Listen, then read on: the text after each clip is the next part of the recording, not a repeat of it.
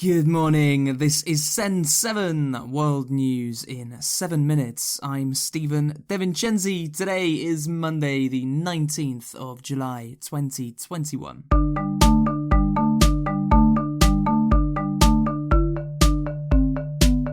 Starting in Europe today, Western European leaders have been blamed for failing to warn people about the catastrophic floods that have hit in the last few days.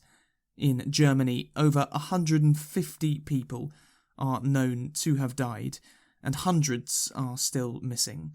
Chancellor Angela Merkel returned from the United States yesterday and went straight to areas damaged by the floods and met with survivors.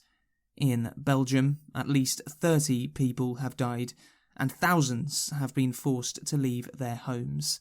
European Commission President Ursula von der Leyen visited affected areas of Belgium yesterday and said that the EU will help to reconstruct affected areas. Of course, the European Union has been helping with helicopters, with boats, but I just reassured the citizens that we will of course be here also for reconstruction. Belgian Prime Minister Alexander De Croo has announced a national day of mourning for tomorrow. Serious floods have also hit France, the Netherlands, Luxembourg and Switzerland. In Spain, hundreds of people have been evacuated because of forest fires. Helicopters have been used to extinguish fires in Catalonia's Costa Brava region. The United Kingdom has stopped almost all coronavirus restrictions today.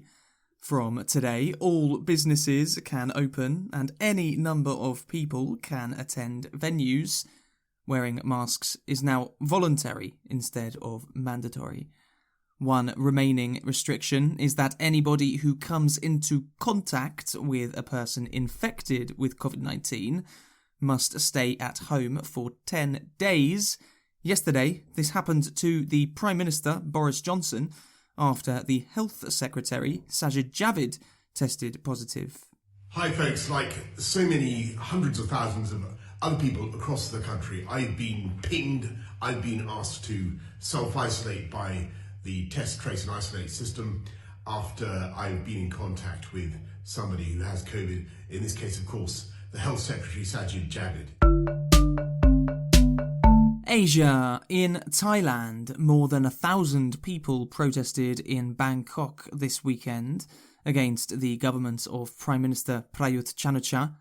Police used rubber bullets, tear gas and water cannon against the protesters.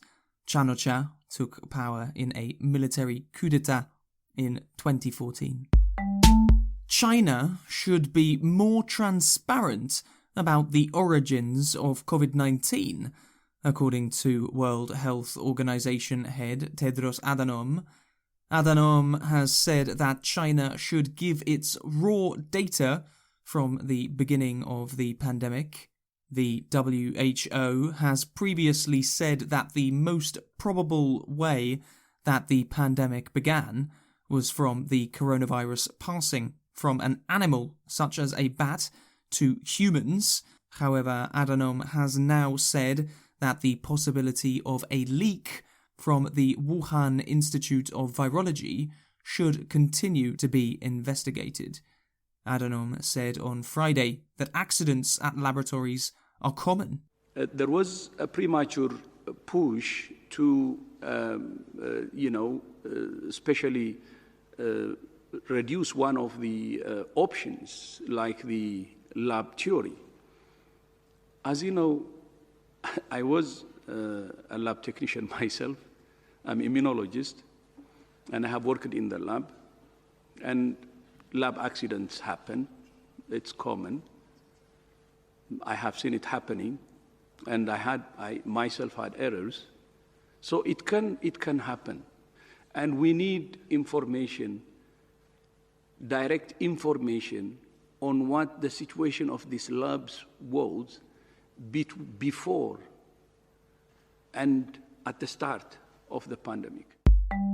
New Zealand has hosted APEC 2021, the first ever virtual meeting of the Asia-Pacific Economic Cooperation Group of 21 countries, including the United States, China and Japan. Prime Minister Jacinda Ardern said that import tariffs should be dropped on all items needed for vaccinations. It may surprise you to know that vaccines can in some cases face tariffs of 6%, vials and packaging 20% in some cases, syringes face tariffs. So it is a very real problem that APEC economies have the ability to remove. America's in the United States, the Surgeon General has said that misinformation about the coronavirus pandemic is threatening people's lives. Dr. Vivek Murthy said that tech companies should do more to stop the spread of misinformation, and that today in the United States, almost all deaths from COVID-19 are in unvaccinated people, despite the fact that most people have been vaccinated. It's painful for me to know that nearly every death we are seeing now from COVID-19 could have been prevented.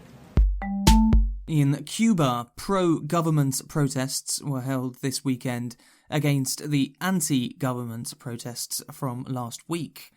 The internet was blocked in Cuba last week to try to stop the spread of the protests. US President Joe Biden said this weekend that Cuba is a failed state and that the US was considering a way of bringing the internet back to Cuba. Africa. South Africa's President Cyril Ramaphosa has praised South Africans who are helping to rebuild areas damaged by rioters last week.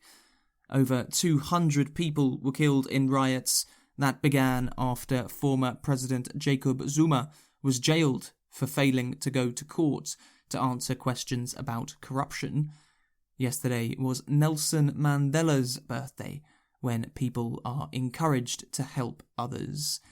And Sao Tome and Principe voted in presidential elections yesterday. The small Portuguese-speaking islands off of West Africa are considered more democratic than most African countries.